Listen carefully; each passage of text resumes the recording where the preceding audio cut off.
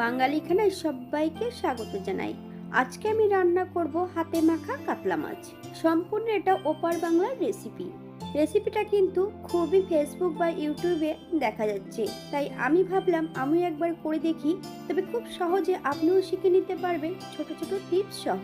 খেতে অসম্ভব ভালো হয়েছিল, এতটাই সুস্বাদু আপনি একবার বানালে বারবার বানাবেন। তবে ওপার বাংলার রেসিপি আমি আজকে এখানে কিভাবে রান্না করলাম কাতলা মাছ হাতে মেখে, চলুন সেটা একবার দেখে নেওয়া যাক ভিডিওর মাধ্যমে। 5 পিস কাতলা মাছ আমি আগের থেকে ধুয়ে পরিষ্কার করে রেখেছি। পরিষ্কার করে ধুয়ে নেবার পর 1 চামচ পাতিলেবুর রস লাগিয়ে রেখেছি। তবে কাতলা মাছের পেটি এবং গাদা দুটোই আমি এখানে মিশিয়ে নিয়েছি। আপনারা পেটি অথবা গাদা দিয়েও করতে পারেন।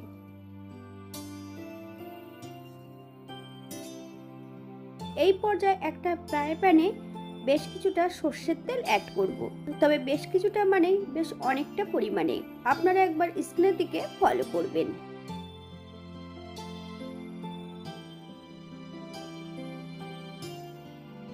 এক এক করে সম্পূর্ণ মাছগুলো অ্যাড করব। মাছগুলোর গায়ে বেশ ভালো করে তেল উল্টিয়ে পাল্টিয়ে লাগিয়ে নিতে হবে।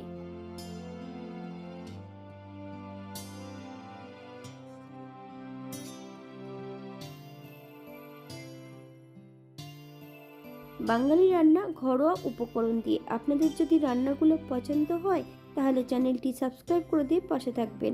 পাশে থাকা বেলটি বাজিয়ে দিবেন, নইলে নিত্য নতুন রান্না নোটিফিকেশন পাবেন না।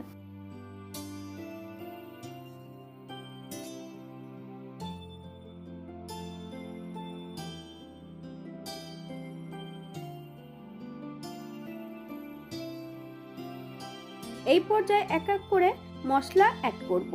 1 চামচ হলুদ গুঁড়ো, 1 চামচ লবণ, আপনার স্বাদ অনুসারে লবণটা অ্যাড করবেন। 4 থেকে 5 চামচ মতন পেঁয়াজ বাটা। তবে আমি পেঁয়াজ বাটার সময় একটু লবণ দিয়ে বেটে নিয়েছিলাম। যদি পেঁয়াজ বাটার সময় লবণ অ্যাড করা হয় তাহলে কিন্তু পেঁয়াজটা বেশ ভালো মিহি করে বাটা হয়। অথবা বড় সাইজের একটা পেঁয়াজ বেটে নিলেই হবে।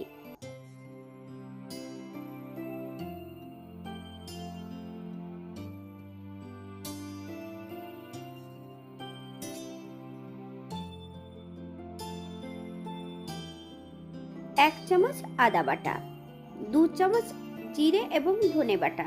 আপনারা মশলাটা এর থেকে কম বেশি করে নিতে পারেন।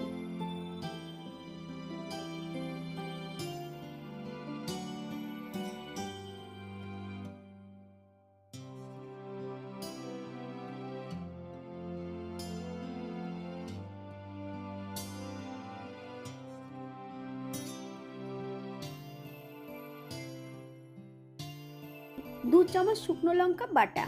আপনারা এখানে বাটা মশলার পরিবর্তে গুঁড়ো মশলাও অ্যাড করতে পারেন। 1 চামচ কাশ্মীরি লঙ্কার গুঁড়ো। মিডিয়াম সাইজের দুটো টমেটো ছোট ছোট টুকরো করে অ্যাড করেছি। আপনারা টমেটোর দানা সহ অ্যাড করতে পারেন, আমি কিন্তু দানাগুলো বাদ দিয়ে দিয়েছি। টমেটোগুলো এর থেকে ছোট বড় পিস করে আপনারা নিতে পারেন। 4-5টা কাঁচা লঙ্কা হালকা করে কেটে দিয়েছি।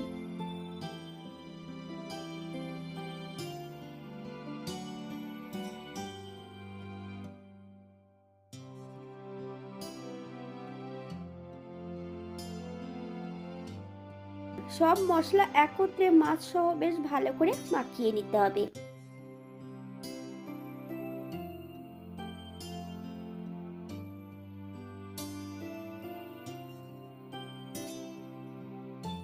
আমি এই পর্যায়ে সম্পূর্ণ মাছগুলো মাখিয়ে নিয়েছি। 10 মিনিটের জন্য রেস্টে রেখে দিতে হবে। আপনাদের হাতে যদি সময় থাকে আপনারা বেশি সময় রেখে দেবেন।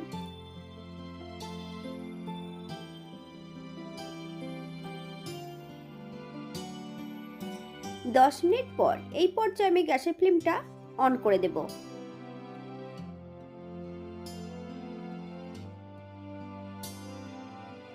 যতক্ষণ মাছগুলো গরম হচ্ছে না ততক্ষণ কিন্তু ঢাকা দেবেন না। এই পর্যায়ে আমি 10 মিনিটের জন্য ঢাকা দিয়ে রেখে দেব।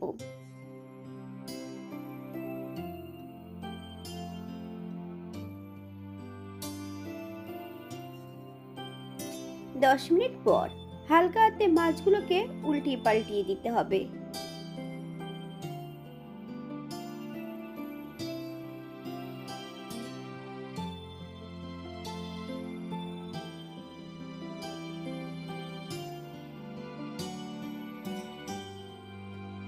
ঠিক এমনভাবে উল্টিয়ে পাল্টিয়ে দিতে হবে।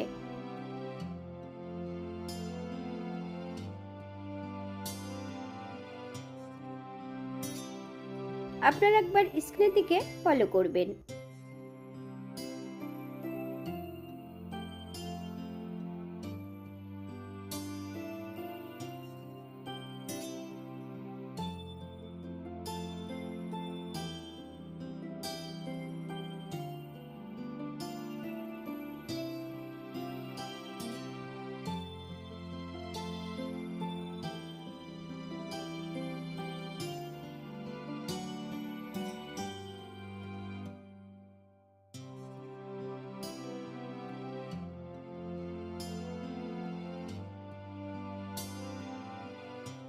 আবারও 10 থেকে 15 মিনিটের মতন ঢাকা দিয়ে রেখে দেব। ঢাকাটা দিতে হবে কিন্তু একদম লো ফ্লেমে।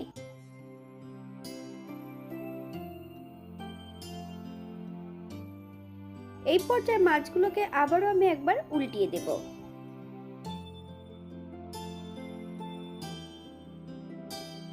ঠিক মাছগুলোকে এমনভাবে উল্টিয়ে পাল্টিয়ে দিতে হবে।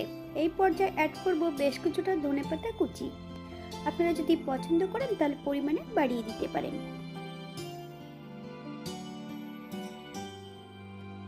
গ্যাসের ফ্লেমটা অফ করে দিয়ে 5 মিনিটের জন্য স্ট্যান্ডিং টাইম দেব।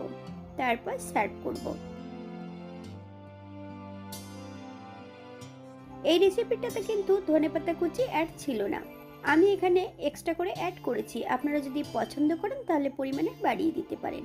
এই রান্নাটিতে রসুন অ্যাড ছিল না, আপনারা যদি পছন্দ করেন তাহলে রসুন অ্যাড করতে পারেন। আমি এই রান্নাটিতে শুকনো লঙ্কা বাটা অ্যাড করেছি। আপনারা শুকনো লঙ্কা বাটার পরিবর্তে কাঁচা লঙ্কা বাটাও অ্যাড করতে পারেন, তবে মূল রান্নাটিতে কিন্তু শুকনো লঙ্কা বাটা অ্যাড করা ছিল। এটা দেখতে যেমন ভারী সুন্দর হচ্ছে, এটা খেতে কিন্তু অসম্ভব ভালো। আপনারা বাড়িতে একবার একই পদ্ধতিতে বানিয়ে নেবেন। তবে এটা কাতলা মাছ ছাড়া রুই মাছ দিয়েও কিন্তু এটা রান্না করা যাবে। আমি এখানে সম্পূর্ণ বাটা মশলা অ্যাড করেছি। আপনারা বাটা মশলার পরিবর্তে সম্পূর্ণ গুঁড়ো মশলা দিয়েও এটা রান্না করতে পারেন, সেটা খেতেও কিন্তু খুব সুস্বাদু হবে। তবে লঙ্কার পরিমাণটা কিন্তু আজকের ভিডিওটি এই পর্যন্ত। সবাই সুস্থ থাকবেন, ভালো থাকবেন। অন্যদিন নতুন রেসিপি নিয়ে আপনাদের সামনে আবার আমি হাজির হব। নতুন ও পুরনো সকল বন্ধুদের অসংখ্য ধন্যবাদ ভিডিওটি দেখার জন্য। হাতে যদি সময় থাকে তাহলে একটা লাইক, কমেন্ট, শেয়ার করবেন।